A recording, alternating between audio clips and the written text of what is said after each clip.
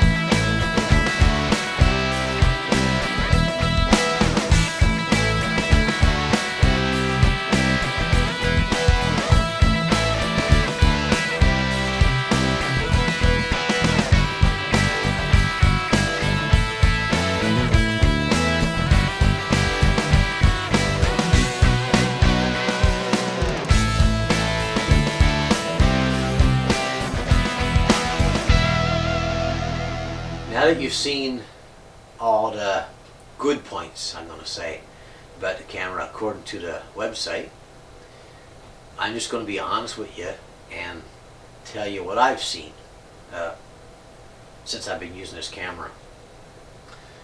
The first thing was, I was disappointed that there was no light in front letting me know that the camera is recording, you know. I used to have the camera stuck out in front of me while I'm hunting, and I was pointing the camera at myself, and you can't see if the camera was recording or not. And that was frustrating. So that's one thing a Castle could fix. They can put a little light in front, something blinking, something to notify you that the camera is running. Like I said, I've never owned an action camera before, but I think that other cameras like GoPro and stuff, they do have a light in front blinking to let you know that, you know, that it's being recorded. So it's one thing you could they can step up. So that's fine. That's an easy improvement. As for the video quality, I know it's not going to be as good footage as my video camera.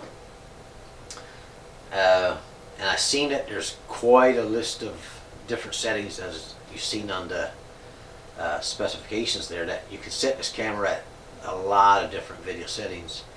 But the best one I found seemed like was 4K 30 frames per second. The rest I wouldn't real impressed with, actually. So if you're going to use this camera, I think the best way to set it is at 30 frames per second.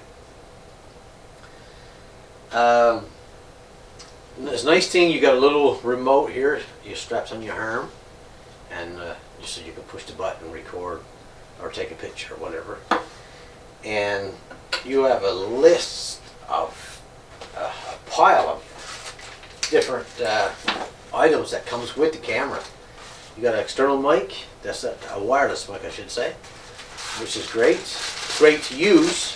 And I was excited by getting it, but I'm sorry, the sound quality of this mic, no, it's not the thing. You need something better. I'm gonna put it all out here, then do a closer up view of all the items. So all these straps and harnesses and braces is nice. I've never used them all yet, so there's quite a assortment of stuff you can get for this thing, and it's just on and on and on. You got a protective case that'll go in, the camera go in, then an extra spongy one. I like that. That's a nice feature. I don't know if I'm gonna have enough room here to put everything. I'm just gonna empty it all out here on the table and just do a close up and show you all the different attachments you can get. Crazy. It's neat. It's good. You got a lot of different places that you can put this camera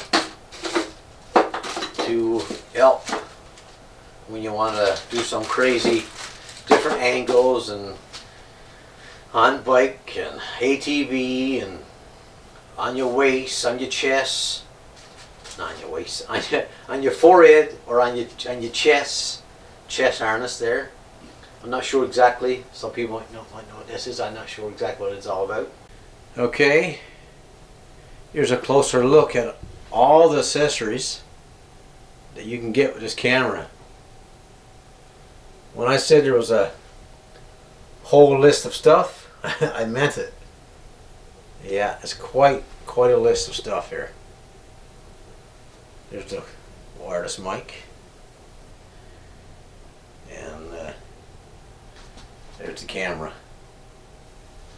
So lots to pick from. After seeing all this stuff, you know, a lot of accessories, I was excited, and I thought this was going to make a great product for myself to make my videos better. But I'm honestly, up to this point, I wasn't really excited about it. Like I said, mostly the only reason I used the camera was for hunting, and the video quality just wasn't there for me. And the audio with that mic, again, it just wasn't there. I wasn't impressed enough that I would go out and buy another one if this one broke on me. No, I don't think I would. I think I would spend a little more money and go buy something more expensive. But finally, I got some good news. Here's one item that I didn't show you that I had come with this camera, and it's a underwater case. You can put the camera in this case and put the camera underwater, and I'm not sure how deep I can go, but I think it's quite a bit. So I got some footage to show you that I've put together of using this camera underwater. And all the negative that I've spoke about this camera, pretend you didn't hear me say it, but I had to say it just to be truthful. But now that I've used her underwater, I'm very excited. The camera, I love it. And if you're looking for something to enjoy when you're swimming, when you're diving, or you can be crazy and like put the camera on a string or something and lower it way down, especially here in Newfoundland. Like I think about a lot of things I can use it for when we're squid fishing or capelin fishing or different kinds of fishing. And to put this camera down amongst the fish it's gonna be fun to see. It's gonna be real fun to see. But like I said, I got some footage here that's gonna back up what I'm talking about. I think you're gonna really enjoy. I know I did. So stay tuned, watch that, then I'll come back and give you my final thoughts of this camera. So. Okay, this first clip I got here is in the ocean, and I drove along in boat, passed along by nets that we had set to catch bait for lobsters, and I just put the camera down in the water because I knew there was fish in the net, but I didn't realize there were so many until I used my camera underwater, and you could see so good all the fish all mixed in the net. It was pretty cool to see. I enjoyed the underwater footage so well, I decided to try something I've never tried before because I never ever had the ability to do it, but now with this little camera I can do it. I took a lobster and strapped the camera to the back of the lobster and let the lobster go. Of course he was tied on, and just decided to let the lobster crawl on the bottom to see how he behaves and see what the camera would capture. Take a look at this. Alright boys, I've got a different test here today I've never tried before. I don't know how it's going to work, but I have this camera here that I just spoke about, I just showed you, but this is real life now. I've got a lobster here in this container, and I'm going to strap the camera to the back of the lobster and test if the camera's waterproof, of course, and also just record the life of a lobster for ever how long the battery lasts. So it'd be interesting to see how it turns out. So I'll take the lobster out of the container now and put the camera on its back. Okay. There he is. Camera strapped to his back. And put him in the water.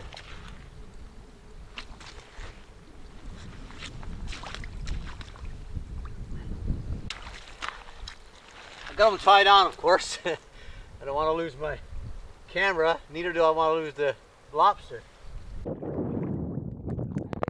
Okay, for a second the lobster didn't know what was going on, I don't think. But after a while he got his bearings and started walking out across the bottom, heading to deeper water. As the lobster was heading for the first bit of seaweed he could find, he passed by a school of minnows, which the camera picked up perfectly and was pretty interesting to see.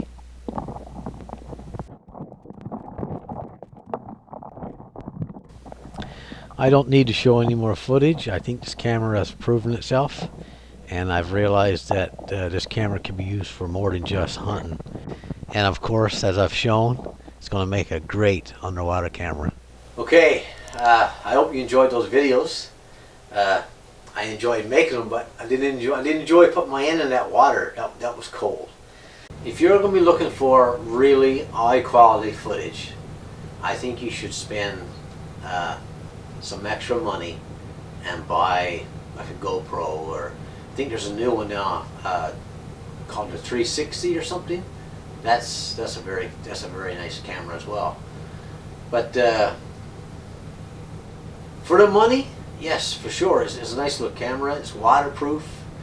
It's got quite a list of different ways, different settings that you can set the camera at video quality. But there's room for improvement.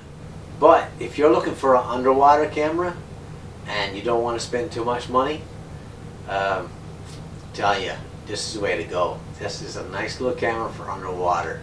I think a Castle can improve the battery a little bit. The battery, once it gets really cold, in the middle of the winter when I was coyote hunting, the battery life used to fall down fast when it was really cold. So in the summertime, probably it's a lot better. But in the wintertime, using it in the wintertime, yeah, the battery, I wish the battery was a little bit better. So maybe that's things that they can improve on. So we can take this as constructive criticism, Castle. I'm not saying that your camera is garbage. No, it's not. But there's a lot of room for improvement. So look at it that way. I enjoyed using it, yes. And I've stressed that underwater stuff was great. So let's look at it that way. I'll use it, if I don't use it for anything else, I will use it for underwater. So that's my thoughts of the Brave7. I hope that you learned something from it, and maybe I've helped somebody with some questions, some points. So thanks for watching, and I'll see you on the next one.